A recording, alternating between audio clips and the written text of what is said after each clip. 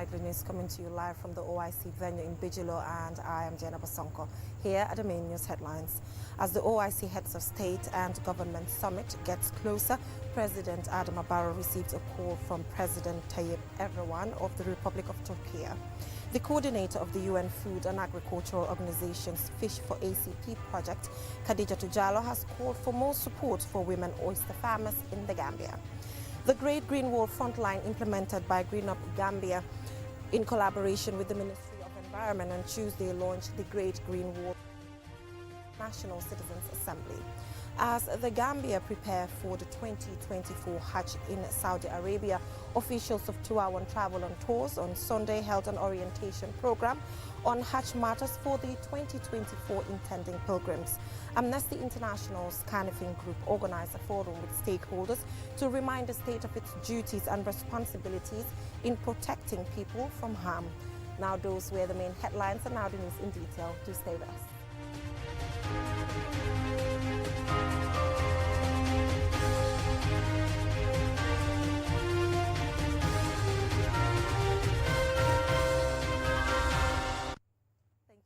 For joining us. You're watching us live from the OIC venue Bijilo, and I am Jenna Basonko.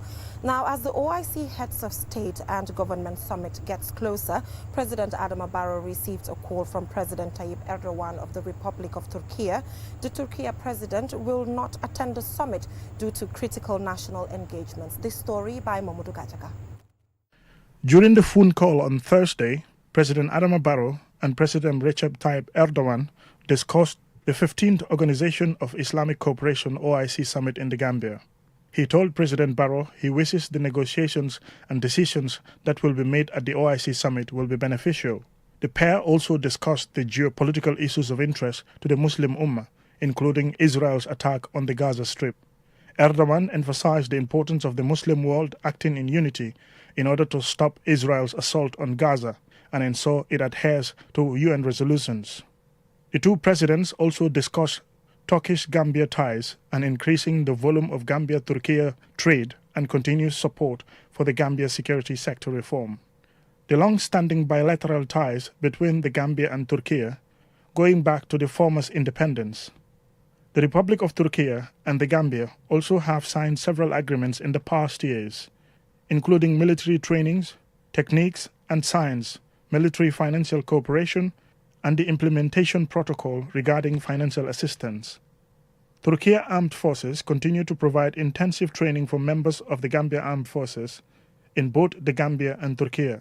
This is something that both countries commit to strengthening for the mutual benefit of both countries.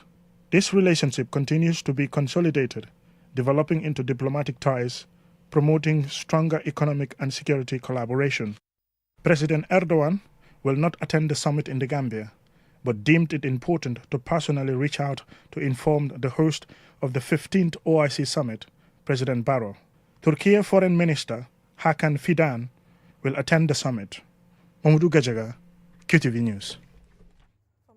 OIC matters, the coordinator of the UN Food and Agricultural Organization's Fish for ACP project, Khadija Tujalo, has called for more support for women oyster farmers in the Gambia. She was speaking at the opening of a capacity building and experience sharing event with women oyster farmers and stakeholders. And Sumana Usonyasi was there for us, and this is his report. Her message follows a recent study by the project consultant on sustainable development of fisheries and aquaculture value chains. Khadija Jallo has been an advocate for empowerment of women in aquaculture, and as they gather over 50 women oyster farmers and key sector players to discuss the cockle and oyster fisheries co-management plan for the Tanbi Special Management Area, Madam Jallo reiterates FAO's resolve to offer more support to women engaged in aquaculture in the Gambia. To the Gambia's efforts to transform aquatic food systems into engines of employment, social development by improving working conditions, especially for women, as well as environmental recovery and preservation of natural capital. Currently, the Fish for ACP program is working to improve the oyster value chain. The Fish for ACP project has been championing efforts for the establishment of a vibrant and sustainable oyster sector, at least by 2032. However, Aware of the need to collaborate with key value chain actors and stakeholders, she calls for more close collaboration and support. Delineation of a comprehensive Tembe oyster co-management plan and the identification of its strategic priorities. Together, we are laying the foundation of a resilient and prosperous oyster sector in the Gambia.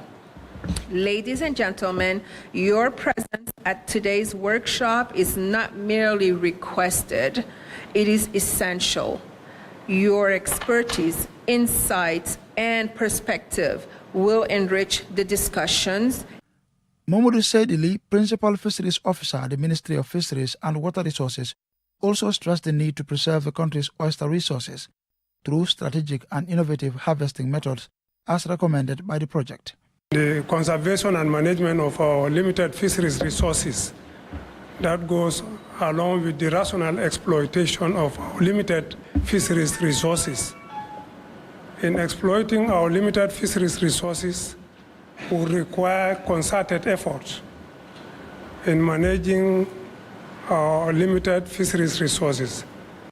Implemented by the FAO in partnership with the EU and German Federal Ministry for Economic Cooperation and Development, the Fish for ACP is an initiative of the Organization of African, Caribbean and Pacific States aimed at supporting sustainable development of fisheries and aquaculture value chains.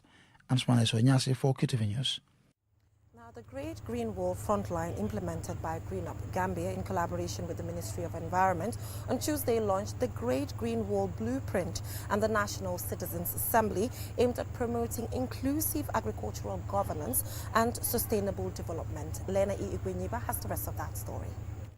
The Great Green Wall Frontline National Citizens Assembly represents Africa's first rural-led climate assembly. Here, frontline communities actively shape a national action plan for the Great Green Wall, co-creating a strategy to combat climate change and environmental degradation. Bubu Pate Jallo, Chief Technical Advisor at the Ecosystem-Based Adaptation Project, officially launched the blueprint, symbolizing a positive step towards environmental sustainability. The Great Green Wall Frontline is a testament to the power of collective action, and together we will ensure that our lands flourish and communities thrive and hope is restored. Representing the Honorable Minister, Professor John Manjang, Ministry of Environment, Climate Change and Natural Resources, I have the honor to launch the Great Green Wall Frontline Blueprint. Maimuna Jabi, Lead Director, Great Green Wall Frontline, emphasized the movement's crucial role in achieving the Great Green Wall's objectives. The Great Green Wall is, of course, the most audacious project the world has ever known in terms of climate change. And for more than a decade, since 2007 that it was incepted, only 18% is completed. This is why the need for the frontline. So we've been working with the communities in terms of contributing this vision of restoring at least 8,000 kilometers of trees from Senegal all the way to Djibouti, sequestering 100 tons of carbon, and of course creating 33 million jobs, and reforesting all of most of these degraded lands that will consist of at least 250 million trees. Harriet King, British High Commissioner to the Gambia, reaffirms the United Kingdom's commitment to supporting initiatives like the Great Green Wall Frontline movement. To use the wise words of King Charles III, a healthy planet is the foundation for a thriving society. The United Kingdom, in alignment with this philosophy, remains dedicated to supporting initiatives that address climate change and environmental sustainability. Together, we embark on a journey towards a greener, more resilient future, reflecting not only the aspirations of the Gambia, but also the shared values of the international community. Lamin Seydi Khan, Governor of North Bank Region, expresses gratitude for the Great Green Wall initiative, describing it as a beacon of hope for a region deeply impacted by climate change. My region has borne witness to the harsh reality of environmental degradation, making the Great Green Wall initiative a beacon for hope for my people. Their unwavering commitment to our region has been instrumental empowering our communities and fostering sustainable development. Through their support, we have embarked on a journey that harnesses the original knowledge and expertise of my people to address the unique challenges posed by climate change. The Great Green Wall Initiative signifies a collective commitment to combating climate change, restoring ecosystems, and securing a sustainable future for the African continent. Reporting for QTV News, I am Lena Igwenyuba. That story by Lena Igwenyuba on the Great Green Wall Frontline. We will now go for a short commercial break, and when we come back, the news continues. Do stay with us. The third edition of the Organization of Islamic Cooperation Investment Forum will be held in the Gambia under the auspices of His Excellency President Adama Barrow and the OIC Secretary General on Thursday, 2nd and 3rd May 2024 at the Caraba Hotel. Welcome, ahlan wa sahlan, welcome to Banjul. The golden opportunity to the smiling coast of Africa will bring together presidents of international financial institutions, including ISDB, AFDB, Badia, Afrexim Bank, Fagas, and others. The Investment Forum will also convene the highest level of economic and investment actors across the 57 OIC member countries from both the public and private sector to explore investment opportunities in the Gambia and promote economic growth and job creation. All that attendees will include senior government actors, 60 top international investors, employers' federations, chambers of commerce, professional associations, bankers, and insurers. We welcome the investors to come and invest into the Gambia. We are open for business. Don't miss the chance to be part of this transformative process.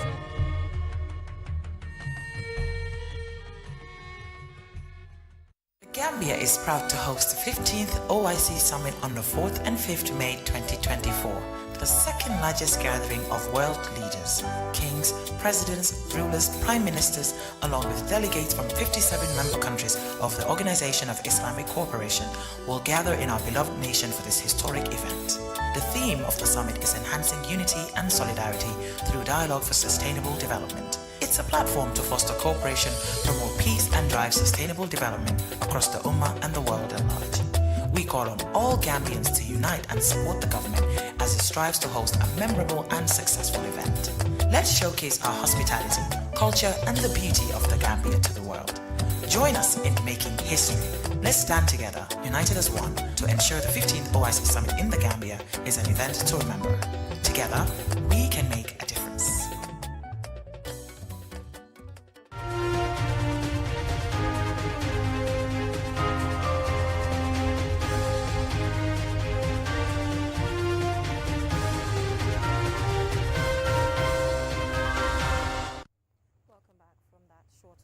Break. If you're just tuning in, you're watching QTV News live from the OIC venue in Bijilo, and I am Jenna Bosonko. Now, still on local news, as they prepare for the 2024 Hajj in Saudi Arabia, officials of Tuawan Travel and Tours on Sunday held an orientation program on Hajj matters for 2024 for intending pilgrims. Babukar Sise was there, and this is his report. These intending pilgrims, many of whom are embarking on this journey for the first time, will be in the Kingdom of Saudi Arabia next month to perform the fifth pillar of Islam. Like any journey, being prepared in advance can help maximize the experience and to deal with challenges. Sheikh Ibrahim Jaju, the chairman of the National Hajj Commission, has this advice for pilgrims. They invited scholars to teach you about Hajj matters.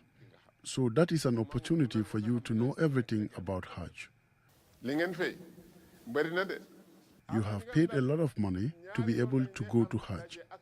Some Hajj operators organize only 2 sessions for their pilgrims before leaving for Makkah. So you are lucky that you have many training sessions. What is important now is for Allah to forgive all your sins. Aja Mariam Aduletsi, the managing director of Tuawan Travel and Tours, highlights the importance of pilgrim sensitization prior to their journey. This is our 15th session. We started our sensitization sessions when we had 50 pilgrims. We want to be close to our pilgrims. We want to know our pilgrims, and we want them to know each other one on one. Because when you are able to interact with somebody that you're going to travel with for weeks, You may not fight. You may be friends and family. That's what we're looking for. And most importantly, we teach them the Hajj rituals. We invite imams, ustazis, mashallah, that would preach them to be prepared spiritually and morally, because that's the way forward in terms of Hajj. It's a spiritual journey, and we expect everybody to have it the right way, as the Prophet Muhammad Sallallahu Alaihi Wasallam wants it. Dr. Mariama Sonko will be traveling with pilgrims for Tivaouane travel and tours. The medical conditions we encounter during the screening process of the Hujjaj or after they've been screened are hypertension, diabetes, asthma. Some of them will have arthritis, and a few of them will have sickle cell and other medical conditions. We give them medications to help them, stabilize them, and then so that they are able to go about their life, their normal daily activities. Aside that, we also buy drugs. In case their drugs they get exhausted, they can always come back to us for medications. And then we take a list of all those which have chronic illnesses and all those have disabilities so that we give them special attention when we get to the Kingdom of Saudi Arabia. Tendu Jaju Sonko, an intending pilgrim, says she is prepared and ready for the task ahead. They are telling us everything that we need to know before going to Mecca. We thank Allah because we are so happy. Performing Hajj is important and we are not worried at all. It is a fundamental pillar of Islam for Muslims. This program aims to provide essential information and guidance to the intending pilgrims about the various stages of the Hajj journey, including Hajj rituals, health and safety measures. The sensitization was held at Tivaouane Travel and Tours Office at Complex Ya Aida in Latrikunda, German. Babukar Sise, QTV News. We are wishing all intending pilgrims a successful Hajj. Now, Amnesty International's Canifin Group organized a forum with stakeholders to remind the state of its responsibilities and duties in protecting people from harm. Jordan Jai was there, and this is her report. Mohamed Haidara, president of Amnesty International KM Group, highlights the dangers of FGM. Female genital mutilation/cutting is a harmful cultural practice that inflicts profound physical, emotional, and psychological trauma on girls and women. In 2015, the Gambia took a monumental step by banning FGM, a testament to our commitment to safeguarding the fundamental rights and dignity of all citizens. However, recent discussion regarding the repeal of this ban have surfaced. Mbasi Mane, human rights activist, narrates some of the stories of FGM victims. Just yesterday, someone was talking about how an 8-week-old baby was subjected to FGM around Basse, and the baby bled to death. I do this advocacy as well with nurses. One of them told me, do you know why I am very active in this? I am from the cultural background. So am I. She told me one day I was at the hospital. They brought this 9-year-old girl. She was cut. They couldn't control the bleeding and took her to the hospital. Normally, before they take you to the hospital, they will use all means. If they cannot control it, they will take you to the hospital. And sometimes it's very late. The child died just like that. Fatima Jayo, an assistant at Think Young Women and a survivor of FGM, says she will not relent in her quest to change the narrative because she is a victim. It is about inequality, it is about power, and it is about control. The motive is to marginalize women and girls in society, for them to be ripped of their sexuality, which I think in the first place is a very wrong act, and it is a barbaric act. Babung Ture, a midwife at the Faji Kunda Major Health Center, who is also a victim of FGM, highlights some of the consequences women encounter during labor because of FGM.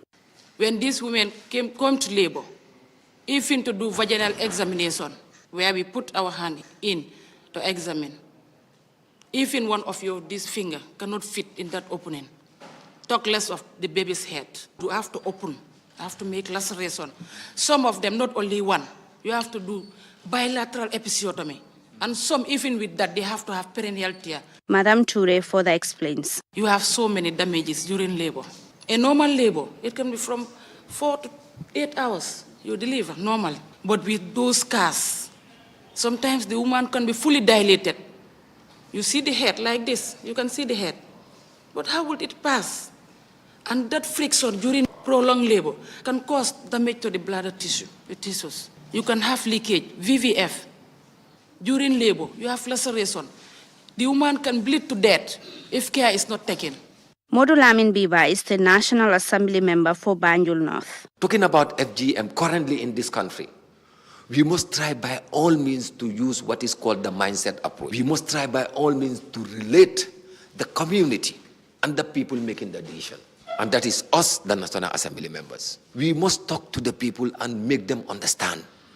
Their ultimate goal of this forum is to ensure that every girl and woman in the Gambia enjoys their fundamental human rights and has their dignity respected and protected. For QTV News, I am Julden Yai.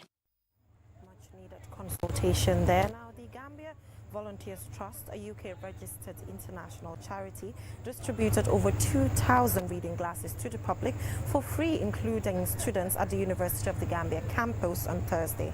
Mamadou Gajaga was there, and this is his report. More than 2,000 reading glasses were distributed by the Gambia Volunteers Trust, GVT, to these beneficiaries to help improve their vision. GVT say they recognizes the critical role a clear vision plays in academic achievement. The trust is dedicated to supporting students and individuals in their pursuit of education and literacy. The beneficiaries received the glasses after showing a prescription of the type of glasses that suits their vision needs. Modulamin Jata, the Deputy Chief Executive of the Gambia Volunteers Trust, explained how the glasses were acquired and to be distributed. Sent to us by our partners that are in UK, who are the Rotary Auntie of Yorkshire. They brought about 420 glasses that are supposed to be given to the needy in the Gambia. Okay, so that's why we're here. We were in Bayam last week, and today we're here in the UTG to give these glasses for free. Many people who need glasses for a better vision sometimes struggle to buy the right type, even after getting their prescriptions. The price depends on the type and quality. Modulamin Jata says they want to ease the burden on the people who may need the glasses. It is very important because we come to realize that Gambians are definitely in need of these glasses. Most of them will go to the eye clinic and then they'll be prescribed these glasses and they will not be able to afford to buy these glasses. So we feel we can come in to give a helping hand by issuing these glasses for free, at no cost. Mariama Kasama, a beneficiary, shares her excitement. This feels really good because having reading glasses for free is something that is not easy at all, especially in this country. We all know having glasses is something that is very expensive because when you go to most of the opticians, they will charge you, and they can charge you over $10,000 just for one glasses, which is very, very expensive. And as a student, having this opportunity to be given glasses for free is a very, very good initiative. As we age, especially about 40, the lenses in our eyes become more rigid, leading to difficulty seeing when transitioning between near and far vision. This causes your eyes to gradually lose the ability to see things clearly up close, resulting in presbyopia or age-related farsightedness. GVT is committed to providing assistance to those who may not have the means to acquire reading glasses on their own. Mamadou Gajaga, QTV News. That is all we have time for in this edition of QTV News. But before we leave you, let's recap our main headlines. As the OIC Heads of State and Government Summit gets closer, President Barrow received a call from President Tayyip Erdogan of the Republic of Turkey. The coordinator of the UN Food and Agricultural Organization's Fish for ACP project, Khadijatu Jallow, has called for more support for women oyster farmers in the Gambia. The Great Green Wall Frontline, implemented by Green Up Gambia in collaboration with the Ministry of Environment on Tuesday, launched the Great Green Wall Blueprint and the National Citizens Assembly. As the Gambia prepare for the 2024 Hajj in Saudi Arabia, officials of Tiwawan Travel and Tours on Sunday held an orientation program on Hajj matters for the 2024 intending pilgrims. Also, Amnesty International's Canifing Group organized a forum with stakeholders to remind the state of its duties and responsibilities in protecting people from harm. Well, that is all we have time for in this edition of QTV News. Join us at 10 p.m. for another bulletin. Thanks for watching and enjoy the rest of our programs.